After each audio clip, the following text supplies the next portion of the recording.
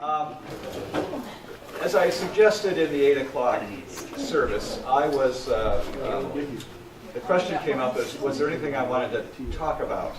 Was there anything I wanted to present on Sunday rather than just not having a forum at all? And I said no. But I said, on the other hand, Job is a topic way too big for a single sermon. And so perhaps, particularly rooting it into a single passage, so perhaps it's possible that I could talk a little bit about the book of Job, if that made sense to you. And he, of course, it did make sense to him. Perhaps because he has genuine interest in having us hear about Job, because we've been speaking about it, but also perhaps because it meant there's actually going to be a forum here.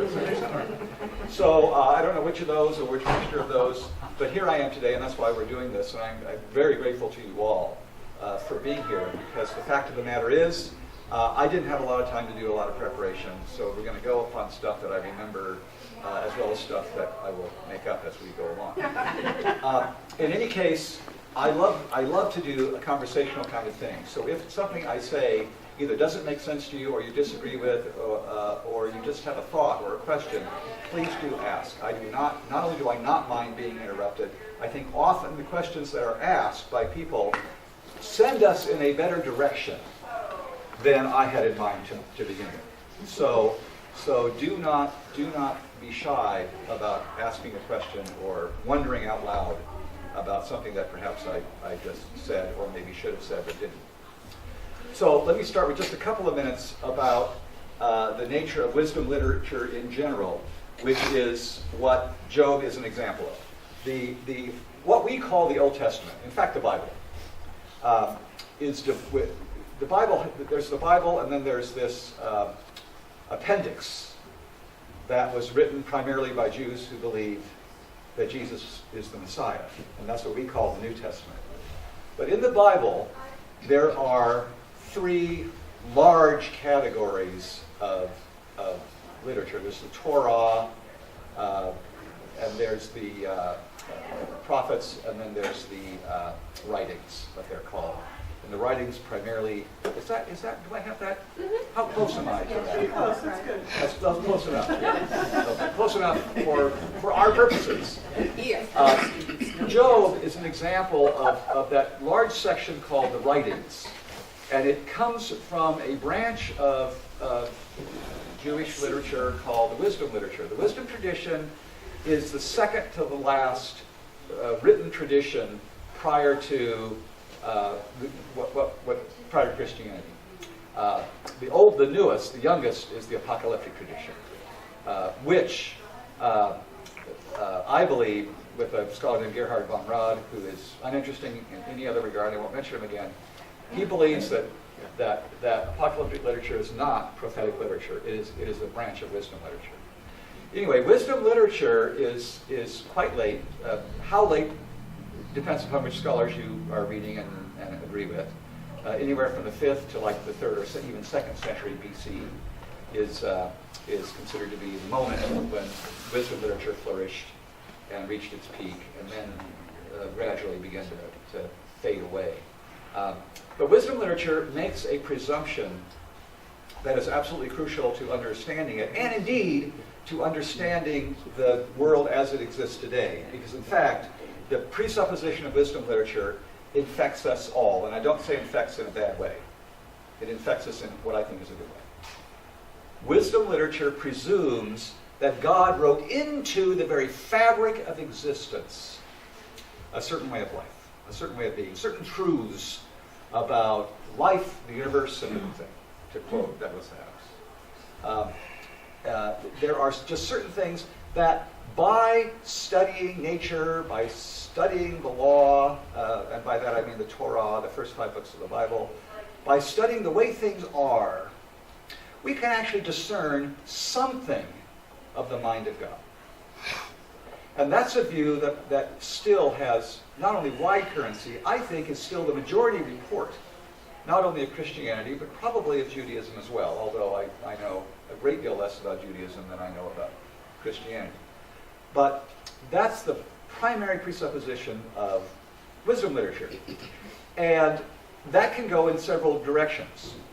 one direction it went at the time and continues to go today is that if you really can understand the mind of God, if in fact you understand the universe and the world, life, the universe and everything well enough, and are attentive enough and faithful enough, then indeed you will live so perfectly in sync with what God wants that you will prosper, that you will do well, and that God will take care of you. That was one popular interpretation of the ramifications of wisdom literature. And that interpretation, as I believe we all know, is still with us to this day, 2,500 years later. There are still lots of people who will tell you that if you understand the mind and the life of God and the Bible and the world well enough, you will be rewarded. You will do well. You will prosper.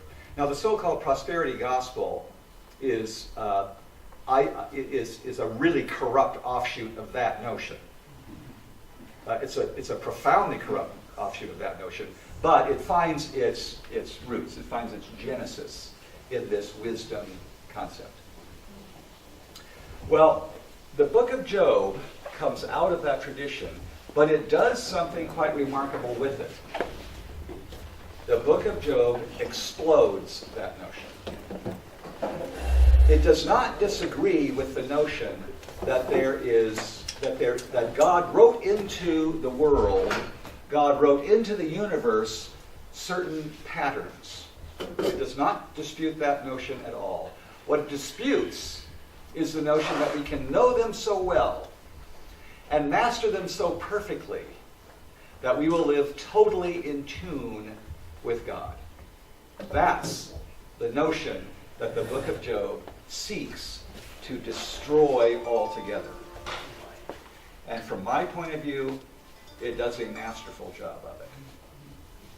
As a result, Job is one of the best examples we have in Scripture of what is called the apophatic tradition. Is anyone familiar with that term? You are, sir. I knew you would be, David. I'm glad you are, though. I mean, I'm not criticizing any more than I'm criticizing me for having heard it. The apophatic tradition in spirituality says God is largely unknowable. That in fact, God remains an incomprehensible mystery no matter how hard we work, no matter how hard we try, and so forth, no matter what we study and learn. God is essentially incomprehensible. And faith, therefore, is about faith in this incomprehensible something or other, as opposed to the cataphatic tradition. Have you heard of that? I hope not. You've been wasting your time if you have. You have, obviously. It's the opposite of the apophatic. It is indeed. It is the opposite of the apophatic tradition. The cataphatic tradition argues that, in fact, we can know a lot about God. And by studying and learning and so forth, studying scriptures, again, studying nature, the heavens declare the glory of God, the earth describes his handiwork, and so forth. So the cataphatic tradition is one that says, actually, we can know quite a bit about God. And we can know how to be faithful. And much of wisdom tradition comes from this cataphatic tradition. This perspective which suggests we really can know about God. But it again goes that one step further and suggests that we can actually live pretty fully and completely in sync with God. So along comes the book of Job. And apparently there is in Oman, which by the way would be just about the right location, a place that Joan Roberts said they have visited the tomb of Job, which I find quite remarkable because I believe Job is a fictitious character.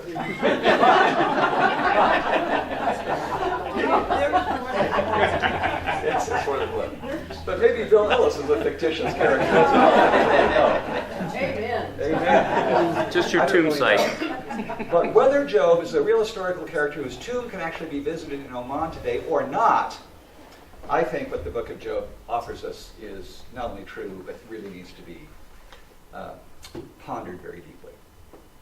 So the book of Job is set up as a frontal attack, indeed a demolition of that part of the wisdom tradition which says if you study enough and know enough, you will prosper, God will protect you. That is the theme of the book of Job.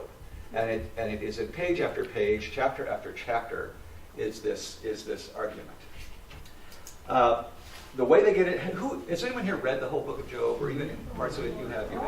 So several people have. So some of you have a general drift. But I will summarize it briefly, not only for my sake, but for the sake of those perhaps of you who haven't.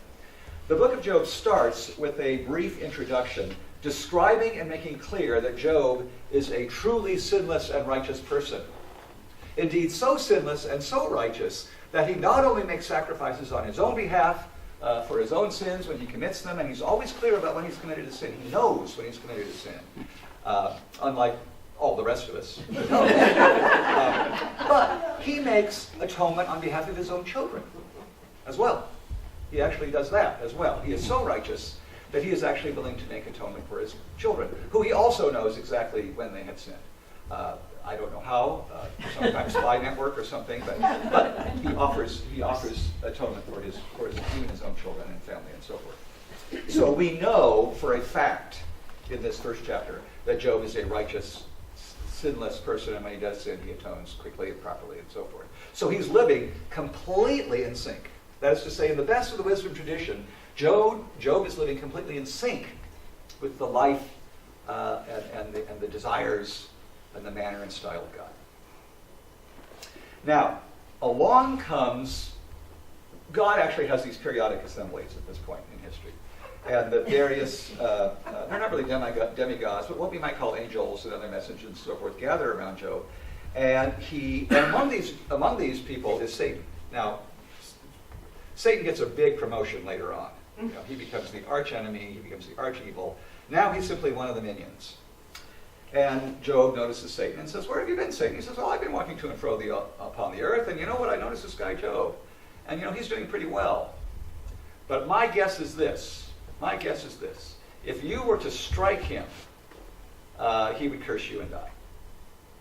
The only reason Job is faithful to you is because of what you're doing for him. You're making life easy. That's the reason he's faithful." And God says, "I'll take that bet." Literally, God says, "I'll take that bet." And so, he says, here's the story. Leave him alone. Do not touch Job in body at all. So, Satan does a really good job of it. Kills all his camels, kills all his cattle, kills all his sheep, kills all his slaves, kills all his children. So Satan really does this.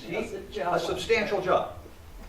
And Job, who is grief-stricken, absolutely grief-stricken, nevertheless responds to this calamity by saying, "The Lord gives, the Lord takes away, blessed be the name of the Lord."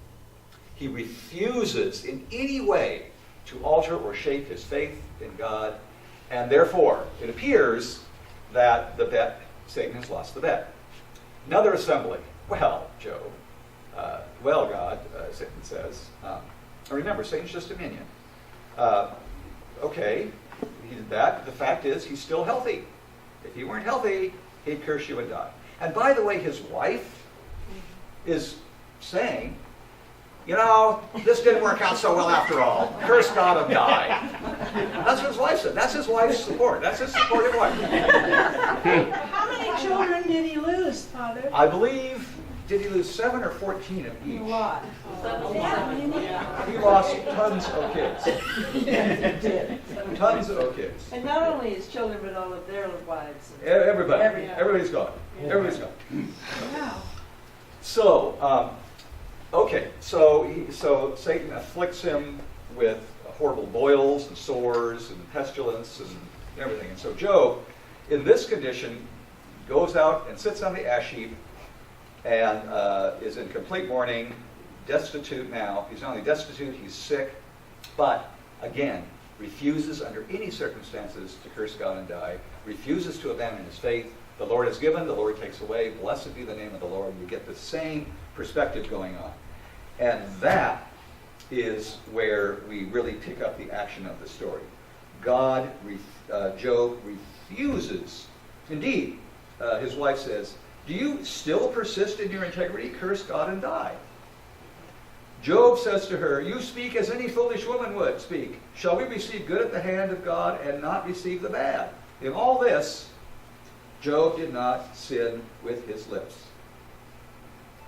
We don't know what happened inside his head, but we do know that he did not sin with his lips. And indeed, the implication is clear. He did not sin inside his heart or his head either. So, that's where the action takes forth. We know Job is righteous, and we know Job has lost everything, and he still refuses to abandon his faith. Now, one last little note about this. The first couple of chapters of Job are written in a style, and by style I mean they use a grammar, a syntax, and a vocabulary that is different from the entire rest of the book, except for the final chapter. The first and last bit of the book of Job are written in a manner that, and the last part, of course, is everything is restored. He doesn't get his kids back, but he gets new kids. His wife stops complaining. He gets new camels, new sheep, new cattle. Okay? So everything works out in the end for Job. That's the spoiler alert. But this has caused some scholars to wonder out loud, is this something that was attached to the book of Job, start and end, in order to clarify the point? Because without the first chapter and without the last, we do not know if Job is innocent or not until chapter 30. Until chapter what? 30. We do not know. Is Job actually sinning and didn't know it? Are his three comforters correct? I'll get to them in just a second, or not. We don't know. With chapter 1, we know they're wrong from the beginning, but without chapters 1 and 2, we don't know who's right and who's wrong.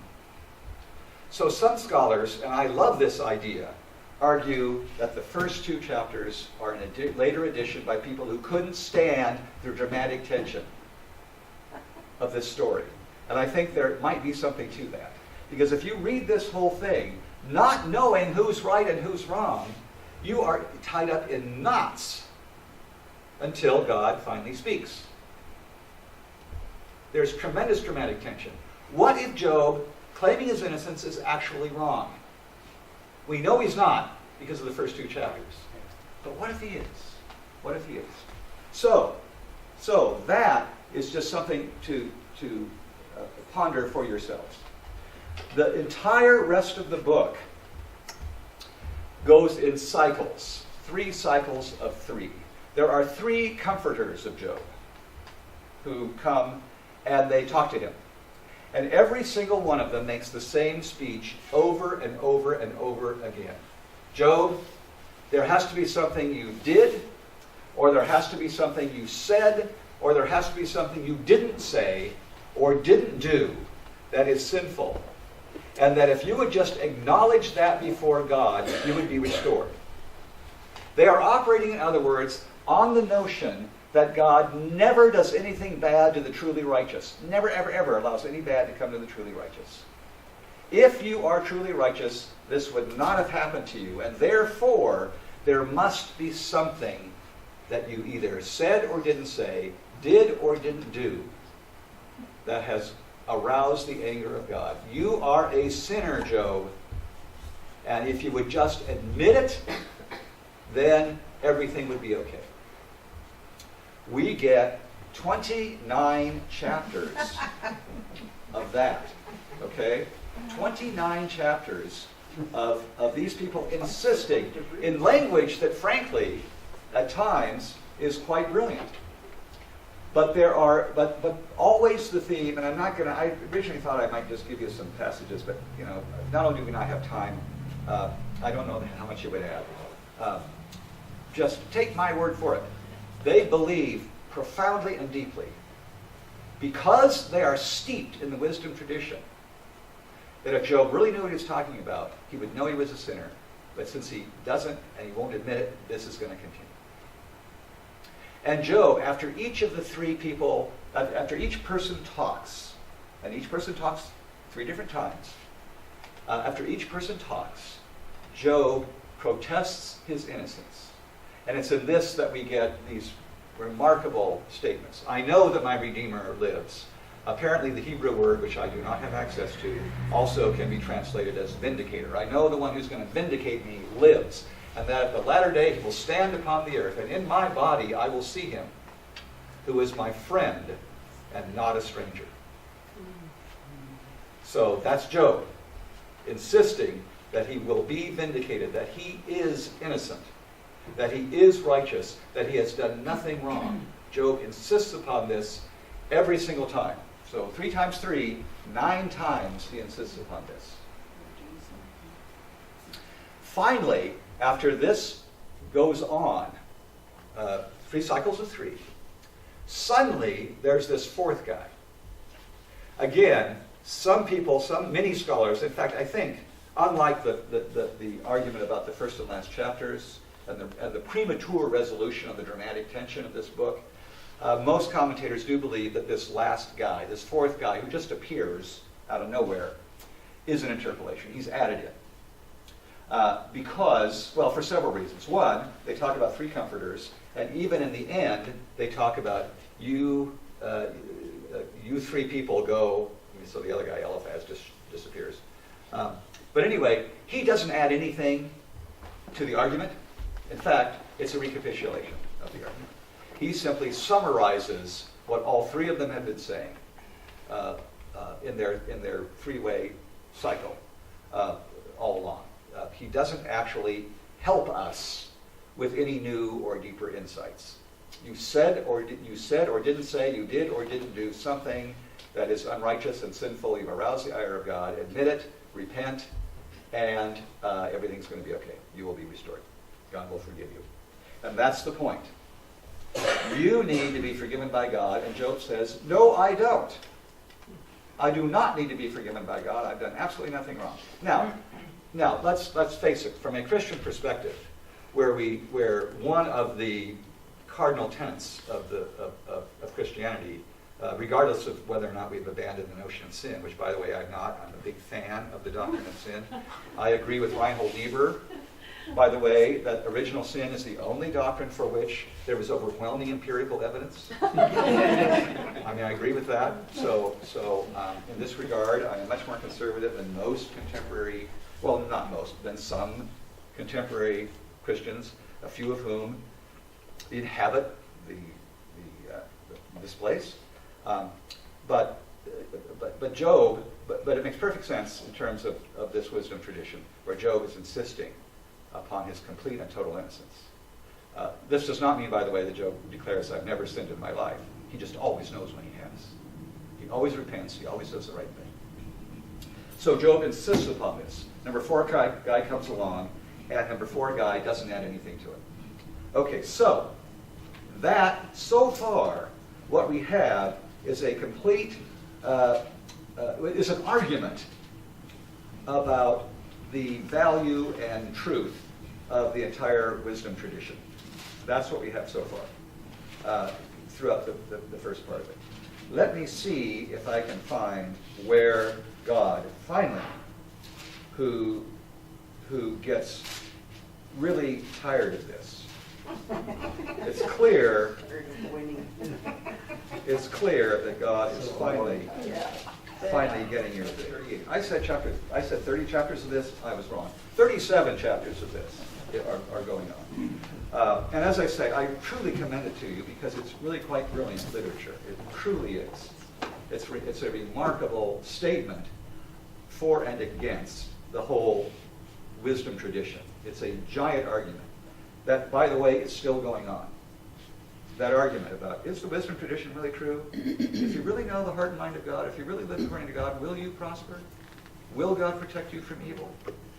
Will God make sure that you're insulated from the harm of this world? That argument, let's be real about this. That argument's still going on. And it's not just going on in Judaism. It's going on in Christianity, and it's not just going on in religious circles, it's going on in secular circles. If I work really hard, and I do the right thing all the time, I'm going to prosper. I'm going to make it. And therefore, and there's all kinds of therefores that emerge from that, both judgments on people who haven't made it, as well as statements about the righteousness of those who have. So let's not kid ourselves. The book of Job is pivotal literature, not simply for a wisdom tradition that is now 2,500 years old. It is pivotal literature for today. And the argument that it makes, I am downtrodden, I am wasted, I am sick, I am homeless, and I have not done anything wrong. I have not done things to deserve this. That is Job's argument. And the argument of his comfort is you must have done something to deserve it, Job. You had to. Okay? So, if that sounds familiar, then the book of Job is relevant. And I'm here to tell you, if it doesn't sound familiar, you're not paying attention.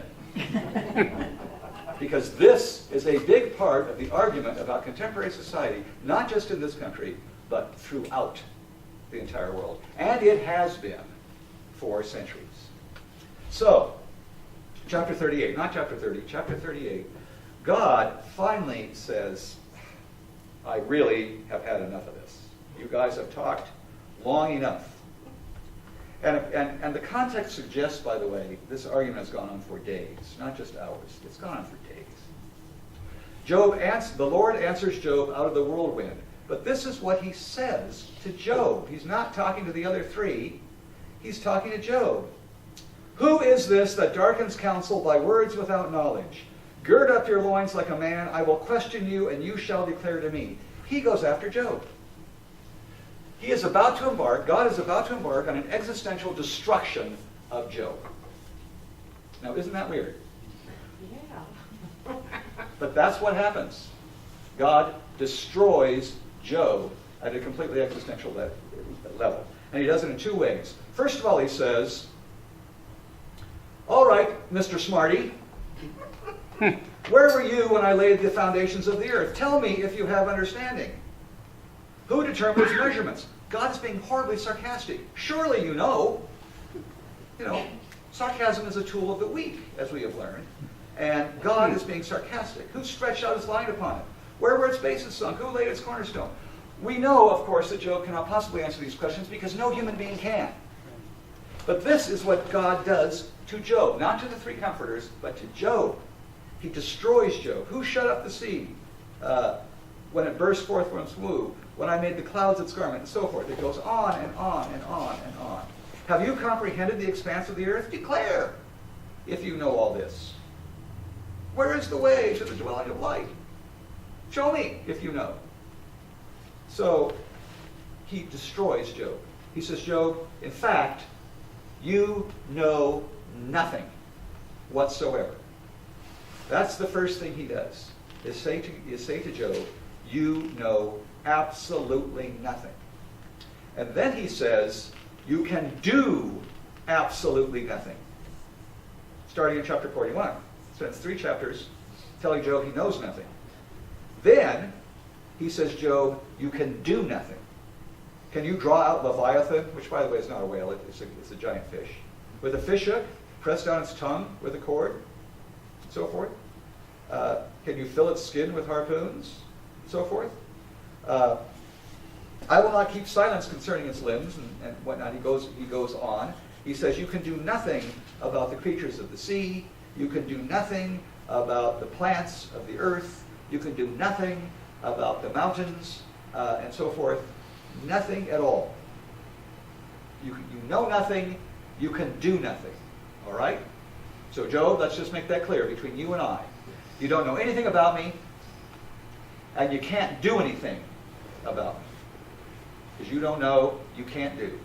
You have no control. You are an utterly powerless creature. That is what God says to Job. And here is how Job responds. After the Lord had spoken these words to Job, Job answered and said, I know that you can do all things, that no purpose of yours can be thwarted. I know that. Therefore, he goes on for a couple of other statements. Therefore, I despise myself and repent in dust and ashes. At the end of this story, talk about apophatic spirituality. At the end of this story, Job says, I know absolutely nothing. I can do absolutely nothing. There is, in other words, no such thing as innocence before God. The person who has done nothing wrong ever in their entire life knows nothing, has done nothing, and cannot therefore claim innocence before God under any circumstances. The categories of innocence and guilt, the categories of righteousness and unrighteousness are absolutely irrelevant when face to face with God. That is the point of the story of Job. That's the point. Wisdom literature, in other words, from its foundations to the heights of the edifice, of the building that is created by wisdom literature, has been destroyed. Human beings have no business talking about guilt or innocence in the presence of God. Human beings have no business making any claim upon God. Human beings have no business suggesting they know anything about God or can do anything that pleases God. All of those categories of thought and action that we find so important, that we in fact use as ways to protect ourselves, are completely meaningless. They are, as Job says himself, dust and ashes. The one innocent man in the world, the one righteous man in the world, says none of this means anything at all anymore, ever. And that, if there is no last half chapter, is how the book ends. Talk about, now what do we do? And I suspect, if the theory that the start and the end are appendages later on, I suspect that's exactly where the author of the book of Job wanted to leave us. He wanted to destroy the whole idea of wisdom literature as a path to righteousness. I think that is what the author did. However, if that last chapter, the first two chapters and the last chapter are original to it, or even if they're not, even if people couldn't stand the tension and therefore added them, the ending of the book of Job completely vindicates Job. Indeed, verse 7 of the 42nd chapter. After the Lord had spoken these words, the Lord said to Eliphaz the Temanite, "My wrath is kindled against you and your two friends, for you have not spoken of me what is right, as my servant Job has. Now therefore, take 7 bulls and 7 rams." That's expensive. I hope these people have the money to do that. "And go to my servant Job, and offer up for yourselves a burnt offering, and my servant Job shall pray for you. For I will accept his prayer, not to deal with you according to your folly. For you have not spoken to me of what is right, as my servant Job has done." So at the end of the book, God says, Job was right, you were wrong. Bad things do happen to good people, as a matter of fact. And Job has the truth of the matter, and you don't. So shut up.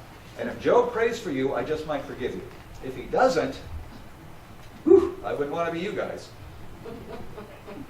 So then, chapter 10, the Lord restored the fortunes of Job when Job had prayed for his friends. And the Lord gave Job twice as much as he had before. It's kind of a Hollywood ending. All his brothers and sisters, all of them before, and they ate bread with him in his house, showed him sympathy and comfort for all the evil that the Lord had brought upon him. Each of them gave him a piece of money and a gold ring. The Lord blessed the latter days of Job more than his beginning. He brought forth 14,000 sheep, not just 7, 6,000 camels, not just 3, 1,000 yoke of oxen, not just 500, and 1,000 donkeys. Don't forget the donkeys, not just 500. He had 7 sons and 3 daughters, and we named them also. And then he lived another 140 years. Okay, so what do we do with that? Well, one thing we do with that is say, okay, wisdom literature is fundamentally correct in its presupposition that it's possible to know about the life and the mind of God. And it's possible to live in accordance with it, if we're reading this last chapter. And then, in fact, even though bad things happen, those who persist in faith are going to be okay in the end. And that, by the way, is a really profound and powerful way of thinking about life. And it has, in fact, been transferred directly into Christianity. Life is hard right now. There's no question about it. Bad things happen to good people. We know that. But if we persist in faith, in the end, we're going to be okay. Whether or not we talk about the end being the acceptance of our lot, a certain kind of peace and tranquility that comes from just accepting our circumstances fully and completely, embracing them. Like, for example, who was it? The fellow, Viktor Frankl, concentration camp survivor, one of the most profound thinkers, I believe, actually, of the 20th century, who said that when every freedom has been denied you, every single freedom, he's talking about being in a concentration camp, he's talking about facing death every single day, when every single freedom has been denied you, when all freedom of movement and action has been denied you, there remains one freedom that cannot be eliminated, and that is the freedom to choose your own attitude. And for many people, that's kind of the lesson that comes out of this kind of literature, especially this kind of ending. That, you know, things can be bad, really, really bad, but I remain a free person, loved by God, accepted, and so forth, and so things are okay. Or can be, at least potentially okay. Yeah, I'm looking at this clock. Are you? Yes, I am. Gentle, is that right? Yep. Okay, because I'm going to shut up pretty soon. And so, so that is one. That's one way of saying that's the moral of the book of Job. If we remove the first two chapters and the last chapter, what we are left with is agony, and I want to emphasize that as strongly as I can. And I'm not telling you which to do, which of those things to do. What I'm telling you is that if we remove the first two chapters and the last chapter, that in fact the entire wisdom tradition is trashed. And everything we think about the wisdom tradition today and all of the offshoots of it, if we stand by the book of Job, means nothing. Is it possible that the book of Job is actually saying a Nietzschean thing, as in Friedrich Nietzsche? Is it possible that Job is doing that? That when we deal with God, we are completely beyond good and evil. We are completely beyond sin and righteousness. Completely beyond it. Those categories dissolve. When you stand before God, are you absolutely naked? And therefore, in a situation in which your destruction, and I mean your complete existential destruction, or standing, can possibly be a matter of whim, but can never be understood. Is it possible that there is enshrined in the Bible that perspective? And what I want to tell you is, this is my personal belief, the Bible is such an important piece of literature, collectively, it's 66 different books, that the answer to that question is yes. The reason to me, and this in the end was what I came to as the moral of the story, is not just about Job, it's about our whole Judeo-Christian tradition. Our tradition, I don't know about other traditions. I don't know about Buddhism, Islam, anything of that sort. I don't know. But I do know this. Our tradition is willing to look at life from every single angle. Scripture itself looks at life from every single angle. And that, to me, is the brilliance and the greatness of this tradition. And that is why we need to defend it, and to present it, and to uphold it every chance we get. Because Scripture does not simply tell the same sappy story over and over again. There are sappy stories in the Bible. This is not one of them. And this book speaks to people who have had their world destroyed and don't know where to turn. And it says to them, it is just possible that there is nowhere to turn. It is just possible, without ever denying the existence of God. Indeed, the book of Job affirms deeply and completely the reality and the power and the presence of God in this world. But it also might be saying, we have no idea what to do with that. We can't control it, we can't manipulate it, we can't use it for our own purposes, we can't protect ourselves from it. And after all, much of religion is the assiduous effort to protect ourselves from God. If I do the right thing, if I go to church, if I give 10% of my money, if I help old people across the street, if I do everything right all the time, then God has to love me. What is that? That's an insurance policy. Right? That is protecting yourself from God, not serving God. Now, let's be clear about that. This story just might destroy every single bit of that. It just might. You add the first and the last chapter, that's not the moral you get.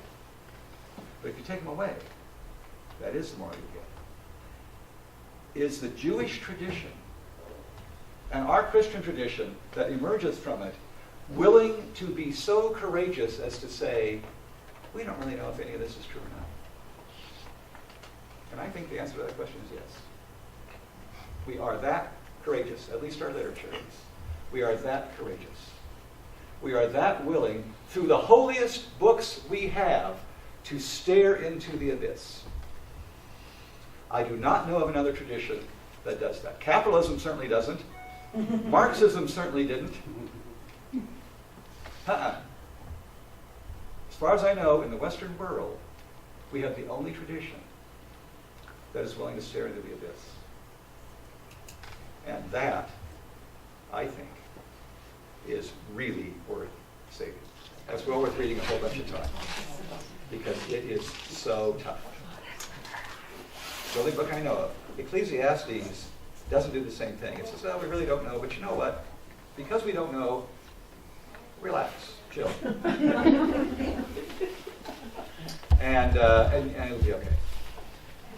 Ecclesiastes kind of has the same perspective, but it draws a different conclusion. One much more congenial, by the way. Job is just hard work. Thank you very much.